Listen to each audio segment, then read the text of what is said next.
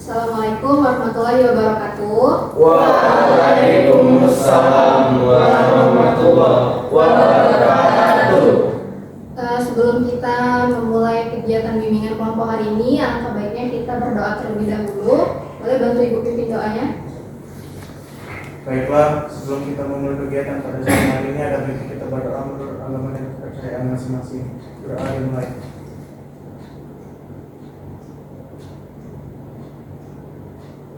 Doa selesai. Terima kasih telah membantu Ibu dalam memimpin doa kegiatan bimbingan kelompok hari ini. Sebelum itu, perkenalkan nama Ibu Miftahul Khairah, bisa dipanggil Miftah. Mungkin teman-teman di sini sudah saling mengenal satu sama lain, tapi Ibu di sini belum mengenal kalian.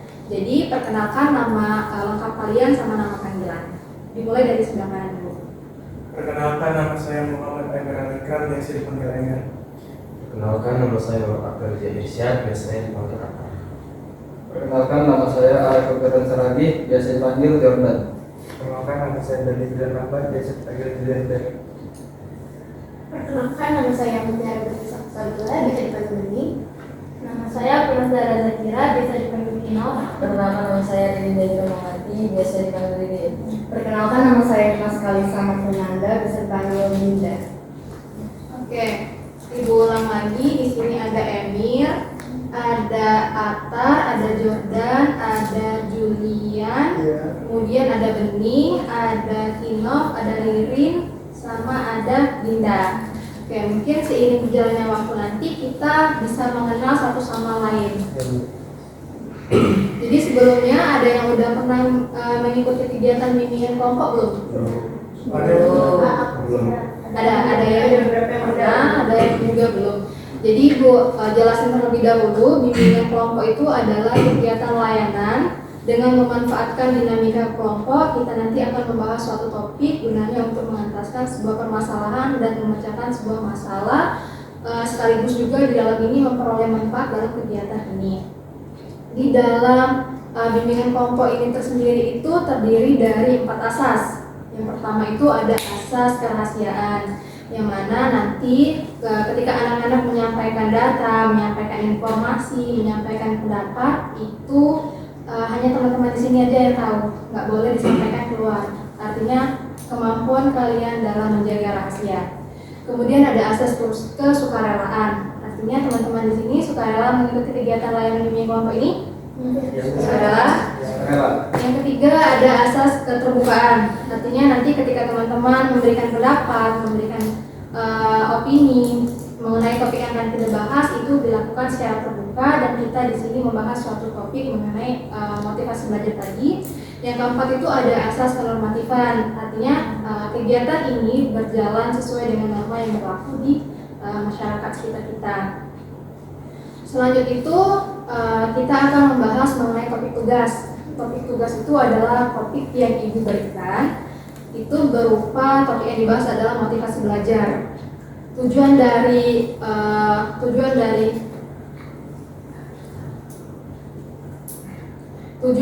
kegiatan bimbingan kelompok mengenai motivasi belajar itu tersendiri adalah untuk mengembangkan motivasi belajar yang ada dalam diri anak-anak semua, baik untuk mencapai potensi yang ada di dalam diri kalian dengan apa yang kalian harapkan ke depannya, sehingga kalian mendapatkan pencapaian dalam belajar baik di sekolah maupun di rumah untuk pengembangan potensi kalian. Langkah-langkah yang akan kita lakukan pada kegiatan bimbingan kelompok kali ini adalah nanti Ibu akan memaparkan penjelasan materi mengenai motivasi belajar, nanti adanya juga pengerjaan lembar kerja peserta didik atau LKPD, kemudian ada tanya jawab, misalnya nanti anak-anak semua ingin bertanya, kemudian yang terakhir itu mengadakan evaluasi hasil dari kegiatan kita bimbingan kelompok ini. Di sini kita melakukan kesepakatan dalam kegiatan bimbingan kelompok ini. Apa kesepakatan yang harus kita sepakati bersama? Kalau dari bimbing itu kayak kita mau ngomong raise your hand, misalkan. Oke. Yang lain? Cukup? Cuma itu kesepakatan. Tetap tertib saat melakukan diskusi. Seperti apa? Boleh kasih tahu dulu gimana? Tadi sama kayak tadi salah satu kan kalau mau ngomong gantian. Iya. Saling menghargai. Jadi nggak Yang memotong. pas diskusi ya. Oh, oke. Jadi kesepakatannya ketika ingin memberikan pendapat itu mengangkat tangan ya, agar satu sama lain bisa mendengar dan menghargai pendapat dari teman-temannya.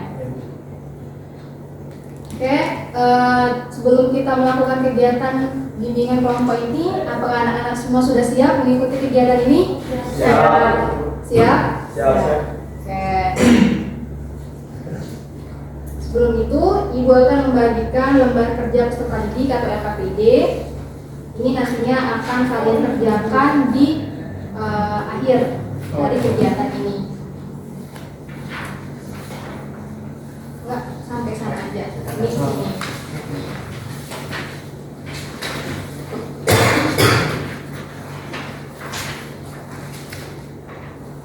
Oke, jadi ke lembar LKPD nanti yang akan kalian kerjakan.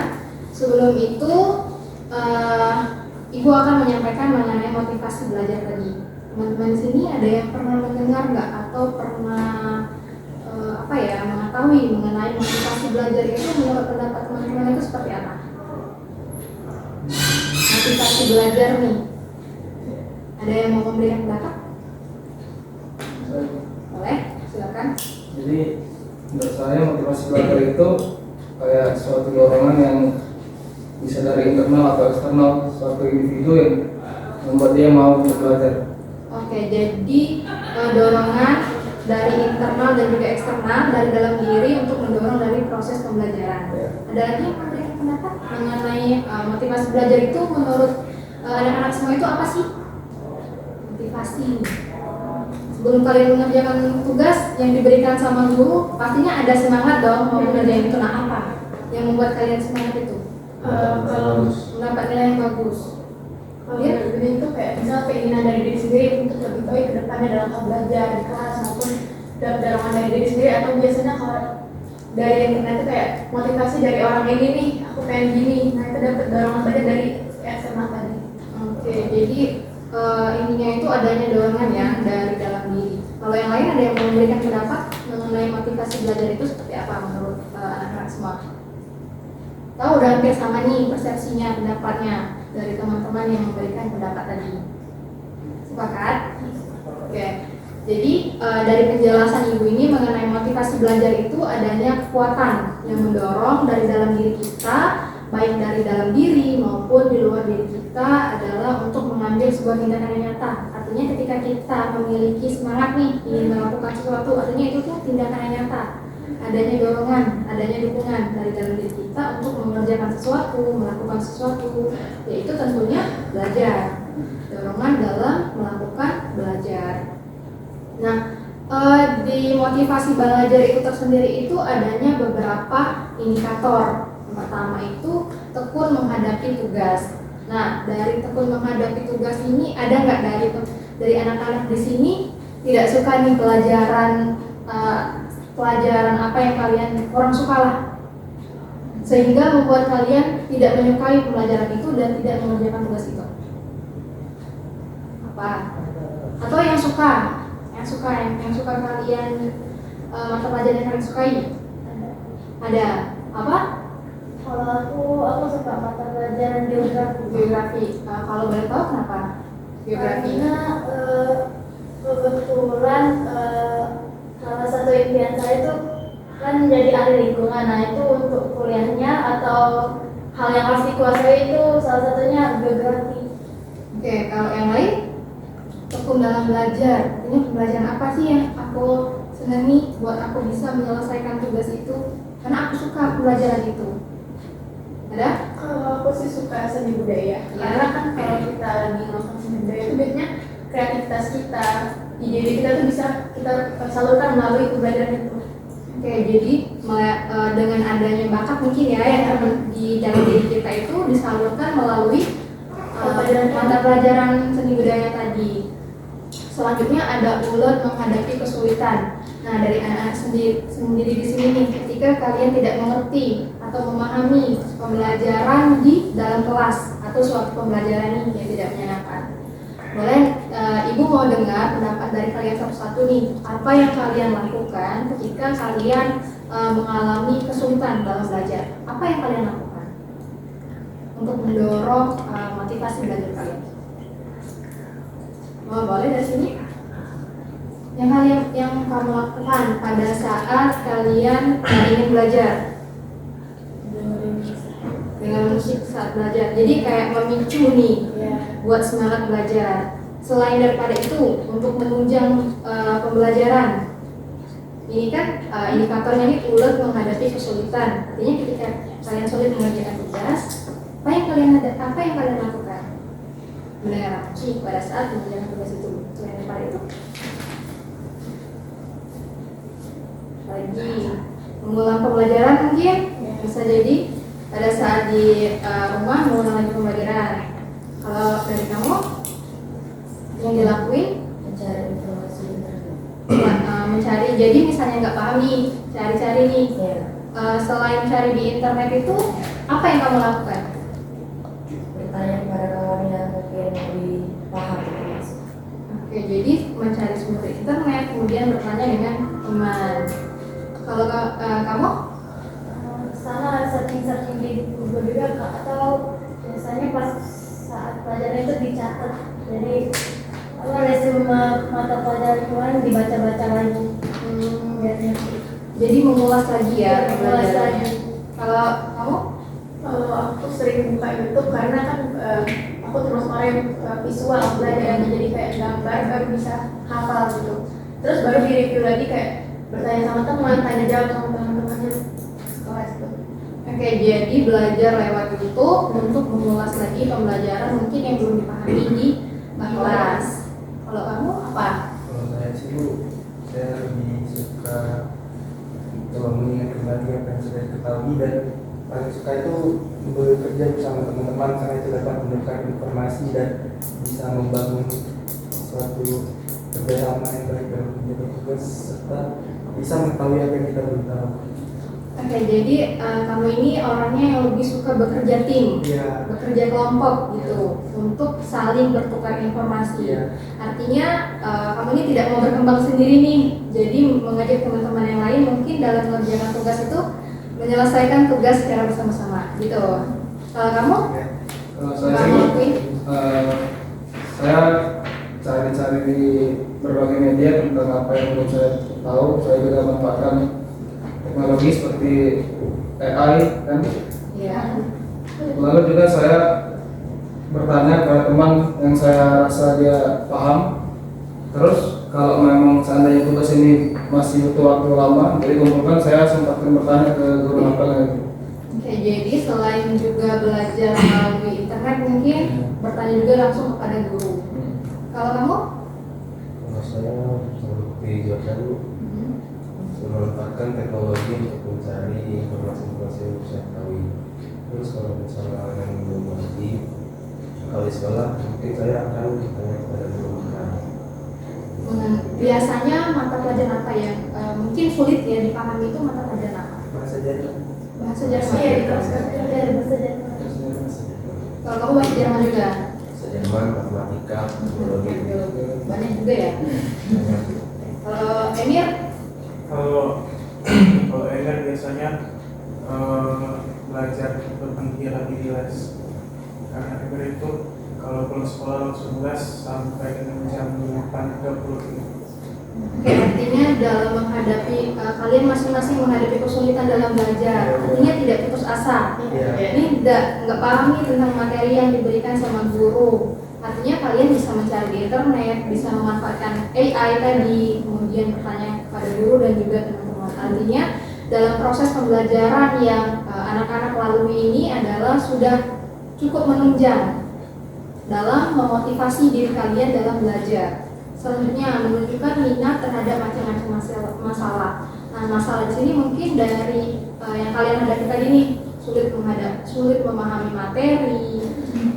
Nah, ketika kalian menghadapi masalah nih dalam belajar, artinya kalian akan terus berusaha untuk bisa menyelesaikan permasalahan dalam belajar tadi, kayak mencari internet, searching dan lain-lainnya.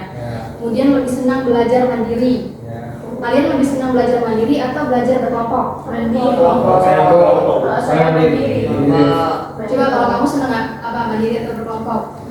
Supaya bisa berkembang informasi karena dari Oke, kalau kamu? berkelompok atau individu? Kalau misalnya saya sih bilang diri bisa, Bu. Kalau nggak bisa. Bisa, jadi menyesuaikan. Keren. Kalau kamu? Kalau saya sih tergantung tugasnya sih, Bu. Tapi lebih ke mandiri. Lebih ke mandiri. Kenapa lebih ke mandiri Karena belajarnya?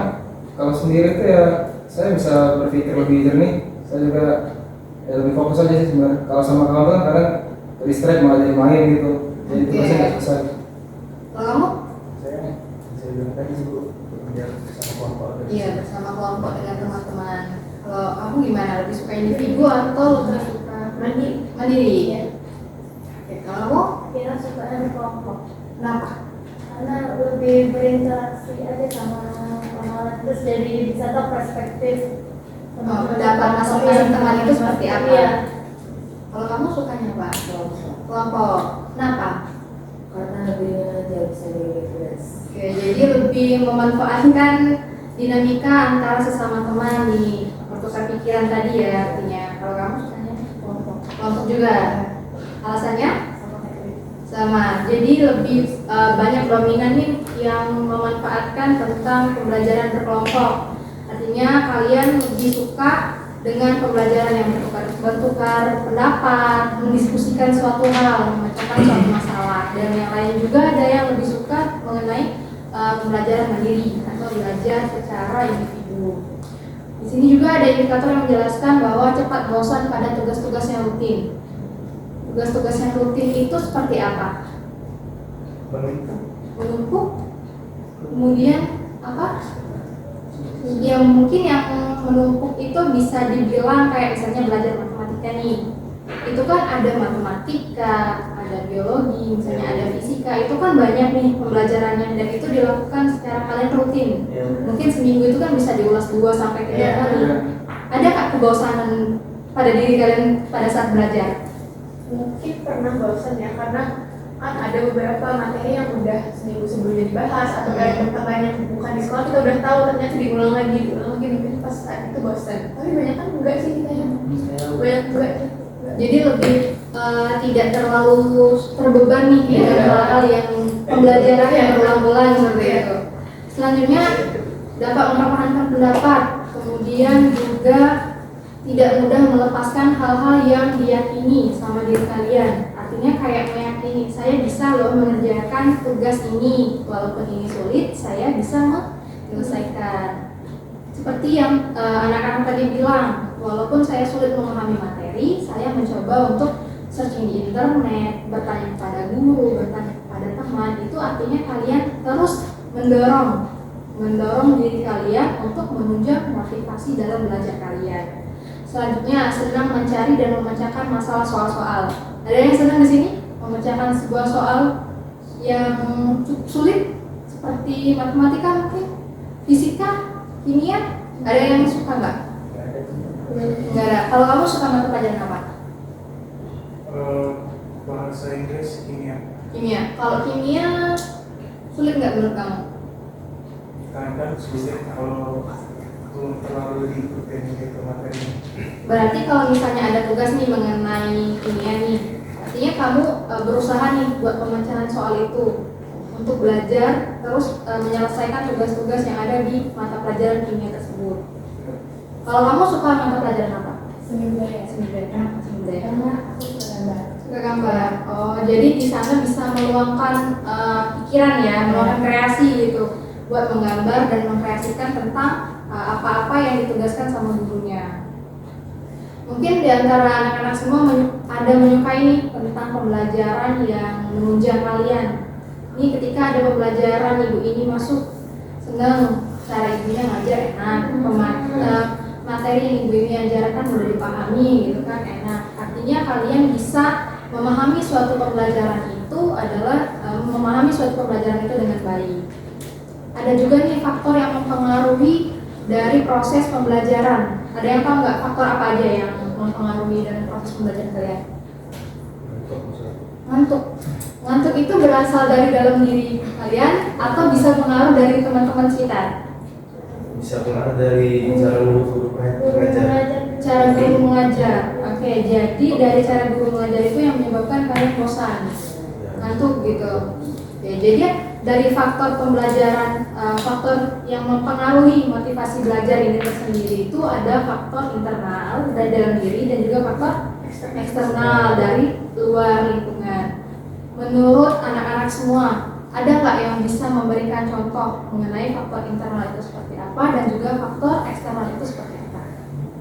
Internal itu dalam diri itu contohnya seperti apa, kemudian faktor eksternal itu seperti apa? Nah, kita ke faktor internal dulu yang dalam diri.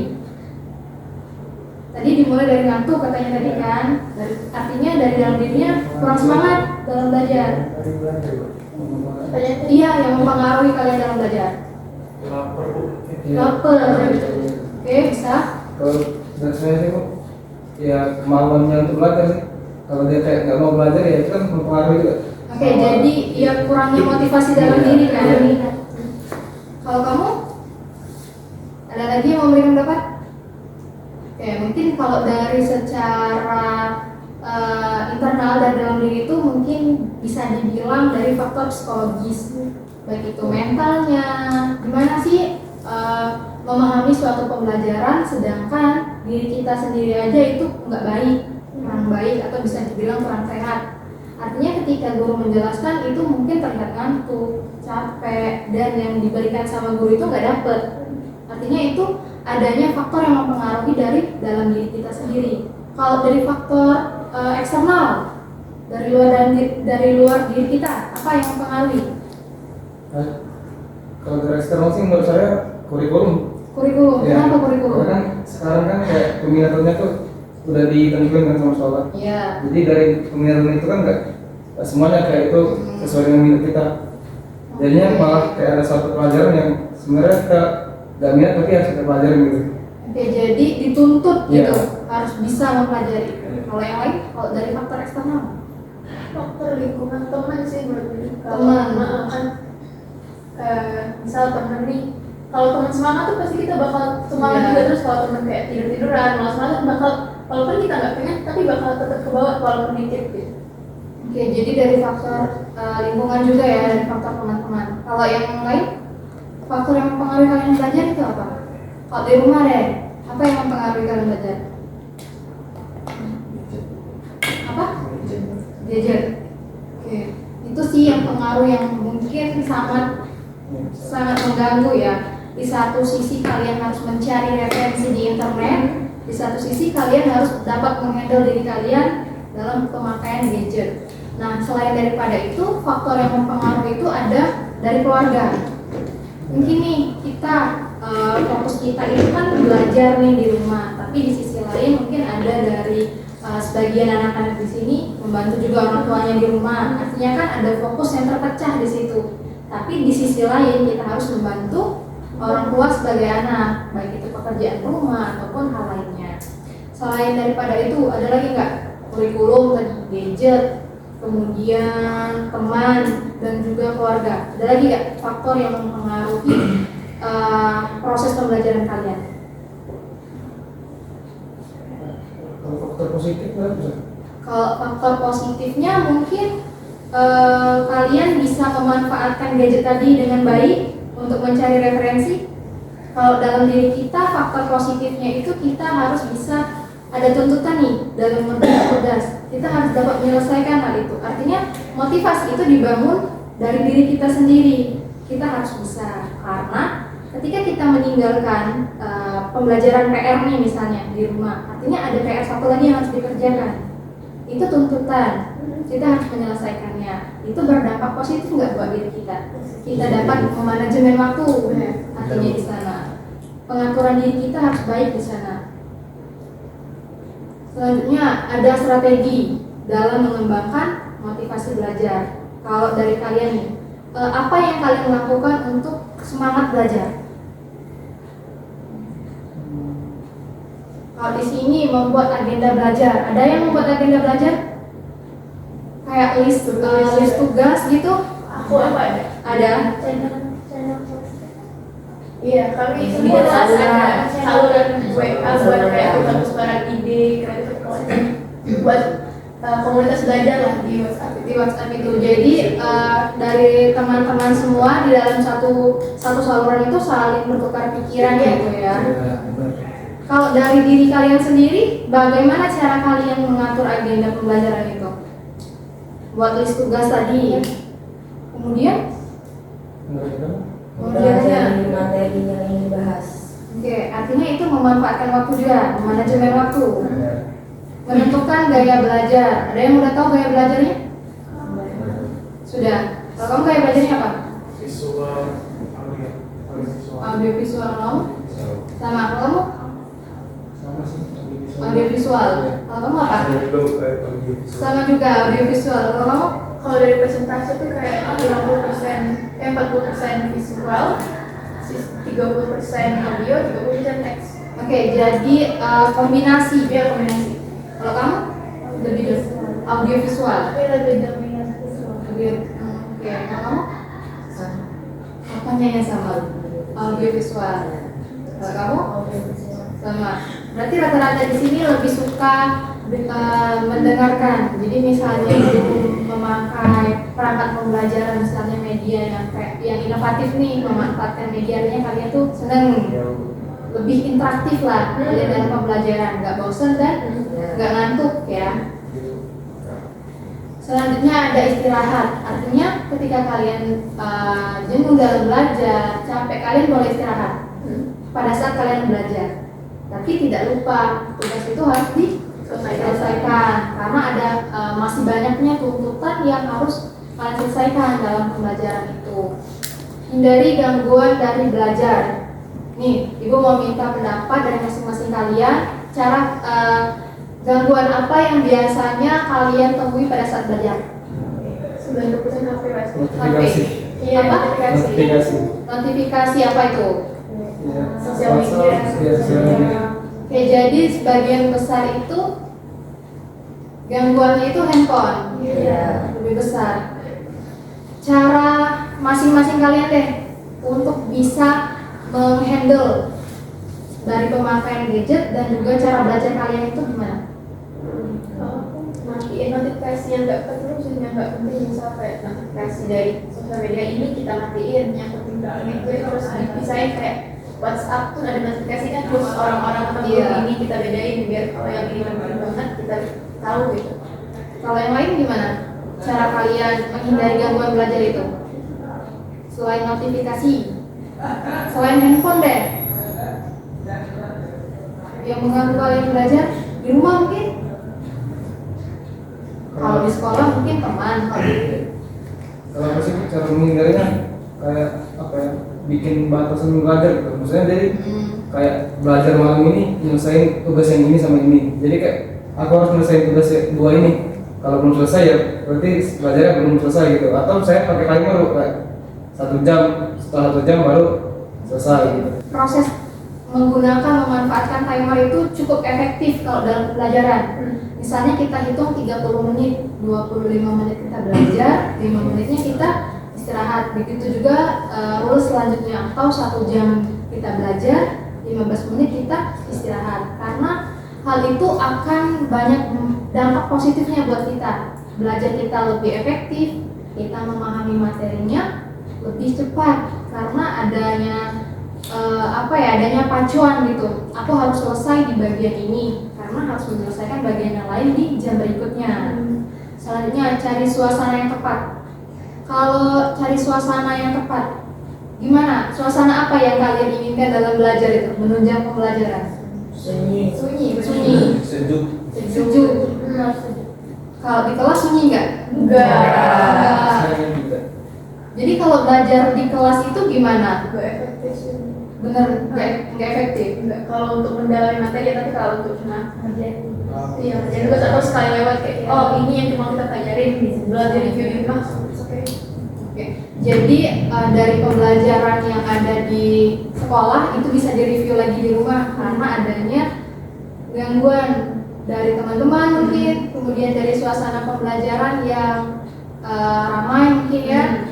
Ada teman kita lagi fokus nih ngerjain tugas, terus ada teman mau ngajak main, mungkin apalagi kan di sekolah ini kan nggak boleh bawa handphone ya, jadi sebagian besar kan kalian lebih memanfaatkan teknologi dalam pembelajaran. Selanjutnya belajar bersama teman. Ada yang suka di sini belajar bersama teman? Atau lebih suka belajar mandiri?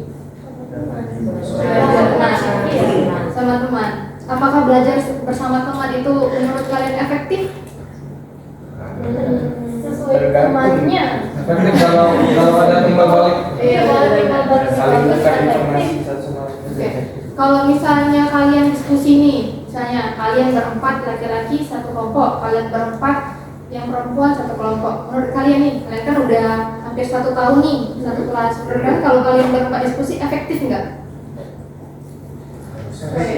Efektif ya, udah define tadi kan. Iya.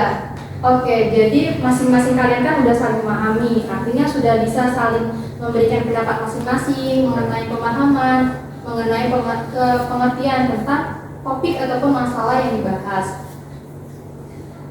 Semuanya sudah mendapatkan lembar LKPD? Sudah. Sebelum daripada itu, ada yang mau ditanyain nggak mengenai motivasi belajar? Belum? Sejauh ini belum ada ya? Oke, jadi dari materi yang sudah Ibu bahas tadi mengenai motivasi belajar, ada yang mau memberikan pendapat nggak mengenai apa itu motivasi belajar dan juga materi yang kalian dapatkan? Boleh? Kalau dari saya itu dorongan dan penyemangat untuk belajar dari dalam diri sendiri dan juga dari lingkungan.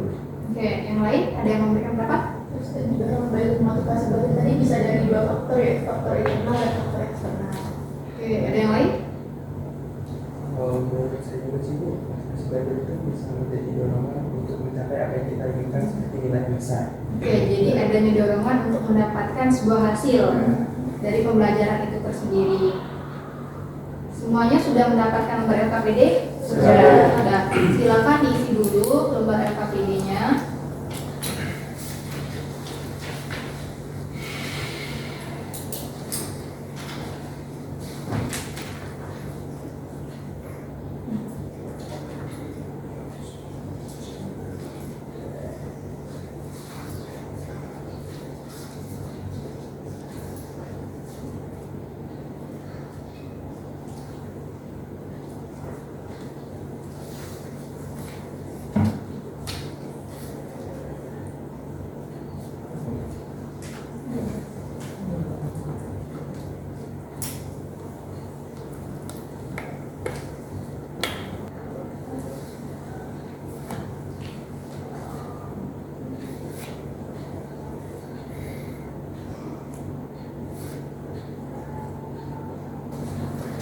Apakah kalian sudah mengerjakan LKPD-nya? Sudah. Oke, jadi kalian sudah semua mengerjakan LKPD-nya. Nah, apa nih perasaan kalian setelah mengikuti kegiatan bimbingan kelompok ini? Senang. Kemudian? Pastinya lebih lega sih karena kayak mengeluarkan pikiran kita. Oke. Dari materi yang kita bahas tadi mengenai motivasi belajar, tindakan yang kalian lakukan dalam meningkatkan motivasi belajar itu seperti apa? Membatasi penggunaan gadget. Kemudian? Kemudian seperti yang sudah kita bahas tadi, kayak memblokir notifikasi-notifikasi yang tidak penting dari HP kita agar tidak terdistraksi. Buat Oke. lain, buat tulis, buat biar Jadi hal itu bisa, jadi hal tersebut adalah tindakan yang dapat kalian lakukan agar bisa fokus dan juga dapat meningkatkan motivasi belajar kalian. Ibu mau tanya kesan dan harapan kalian ke depan dari kegiatan ini, dari kegiatan yang telah kita lakukan ini. Dimulai dari kamu. Kesan dan juga harapan. Kesan saya dalam mengikuti kegiatan ini, ya pasti saya sangat senang karena bisa lebih paham, lebih memahami apa yang menjadi kendala dan apa yang harus saya lakukan untuk menyelesaikan kendala saya dalam pembelajaran saya. Kalau Atta? Kalau kesan saya juga senang karena bisa belajar dan langsung belajar. Harapan saya juga untuk diri saya sendiri motivasi belajar agar semangat belajar. Kalau Jordan kesannya apa setelah mengikuti kegiatan ini? Setelah mengikuti kegiatan ini, kesan saya ya, saya senang karena saya semakin menyadari kalau motivasi belajar itu memang sangat diperlukan, terutama bagi siswa untuk mendapatkan nilai. Harapan saya adalah buat kita yang sudah mengikuti kegiatan ini, semoga kita semakin paham kalau motivasi belajar itu sangat diperlukan bagi kita, terutama kita sebagai siswa. Kalau dulu ya, Kesan saya dari kegiatan ini, kita dapat lebih termotivasi, terutama saya sendiri untuk semangat lagi dalam belajar. kalau Duni harapannya seperti apa? Harapan Juni adalah setelah mengikuti kegiatan bimbingan kelompok ini, kita dapat meningkatkan motivasi belajar tadi, kita menghilangkan negatif dari distraksi di luar motivasi belajar. Kalau Inov? Kesan kita ikut kegiatan ini pertama senang, jadi kita sebagai murid kita juga tahu bagaimana pandangan motivasi belajar terhadap murid-murid yang ikut kegiatan ini. Oke, kalau ini gimana? Pesan saya senang, seru, asik, dan mendapat pemahaman baru tentang motivasi belajar. Ya, jadi mendapatkan pemahaman baru tentang motivasi belajar. Ya. Aku terhadap bimbingan kelompok ini senang karena aku bisa lebih tahu mengenai motivasi belajar. Oke, jadi masing-masing kalian sudah memberikan kesan dan juga harapan masing-masing dari terlaksananya kegiatan bimbingan kelompok ini. Oke, Ibu Shirley mengenai mengenai evaluasi hasil ya. Ya Bu.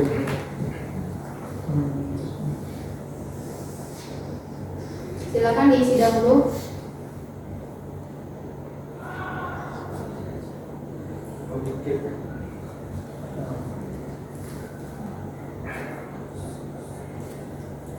Sudah?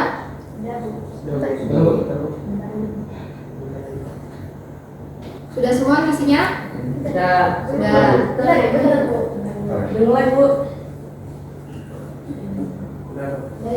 Sudah? Sudah. Oke. Ibu ucapkan terima kasih kepada anak-anak semua yang sudah mengikuti kegiatan bimbingan kelompok ini. Ibu ucapkan terima kasih. Sebelum daripada itu kita menutup kegiatan bimbingan kelompok ini, boleh kita berdoa dulu bersama untuk apa yang kita lakukan hari ini mendapatkan keberkahan dan juga kebermanfaat bagi kita semua. Boleh bantu pimpin doa? Sebelum mengakhiri kegiatan pada sore hari ini, ada baiknya kita berdoa dulu kepada saya masing-masing. Berdoa dimulai. Berdoa selesai. Oke, terima kasih. Kurang dan lebihnya Ibu mohon maaf. Apabila ada kata-kata yang salah juga Ibu mohon maaf. Ibu akhiri, wabillahi taufiq wal hidayah. Wassalamualaikum warahmatullahi wabarakatuh. Waalaikumsalam warahmatullahi wabarakatuh.